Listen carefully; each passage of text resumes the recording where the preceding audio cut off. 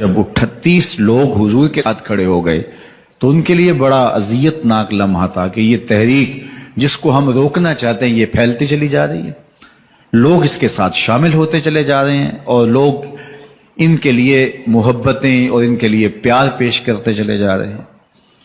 عبداللہ ابن جدعان کے گھر کے قریب سے میرے حضور گزر رہے تھے کہ ابو جہل نے دیکھ لیا اور ہاتھ میں نوکیلا پتھر پکڑا اور حضور پہ حملہ آور ہو گیا۔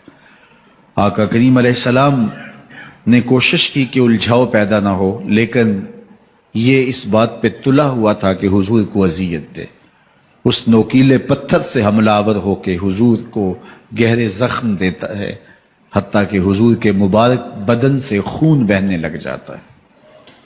وہاں سے حضور سین حرم میں پہنچتے ہیں اور اللہ کے حضور سر بسجود ہو جاتے ہیں۔ حضور کے چچا حمزہ بن عبد المطلب ابھی اسلام نہیں لائے تھے، وہ شکار کھیل کے واپس آ رہے ہیں، اور جب وہ شکار کھیل کے آتے تھے تو بڑا اترا کے چلتے تھے۔ انہوں نے سنا کہ دو لونڈیاں آپس میں بات کر رہی ہیں۔ اس کو پتا ہوتا نا کہ اس کے بھتیجے کے ساتھ کیا سلوک ہوا ہے تو یہ کبھی بھی ایسی چال نہ چلتا، اس کی ٹوری کوئی اور ہوتی۔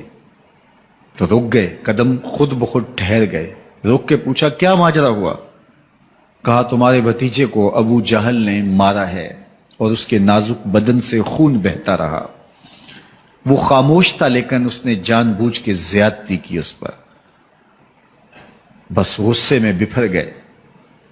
سین حرم کے آس پاس قریش اپنی مسجدیں جمائے بیٹھے ہوتے تھے ٹولیوں کی شکل میں۔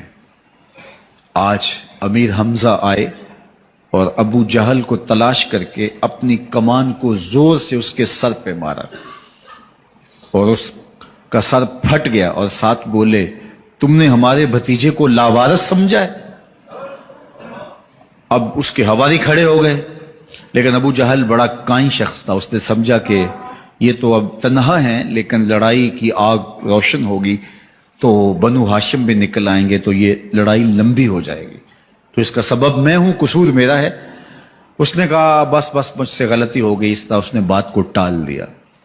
اب حضور کے چچا حضور کو ڈھونڈ رہے ہیں۔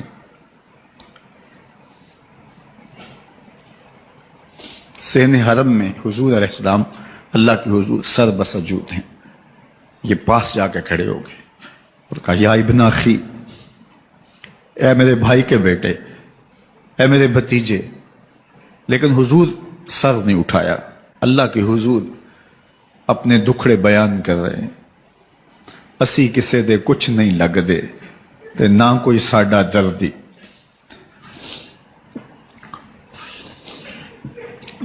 اللہ کے محبوب علیہ السلام اللہ کے حضور سر بسجود ہے۔ انہوں نے پھر کہا یا ابن اخی، اے میرے بھائی کے بیٹے، اور انہیں بے چینی ہے کہ بتاؤں کہ حوصلہ رکھو میں تمہارا بدلہ لے لیا، لیکن حضور سر نہیں اٹھا رہے۔ تیسری مرتبہ پھر آواز دی تو حضور نے سر اٹھایا، آنکھیں آنسوں سے بھری ہوئی تھی، تو برجستہ کہا بھتیجے میں تمہارا بدلہ لے لیے۔ میرے حضور نے فرمایا چچا مجھے اس کی کوئی خوشی نہیں ہوئی۔ یہ حیرت زدہ ہو گئے کہ اتنا بڑا کام، اس وقت مکے کا اتنا بڑا سورما، اور میں اس سے ٹکرا کے آیا ہوں اور یہ کہہ رہے ہیں مجھے کوئی خوشی نہیں ہوئی۔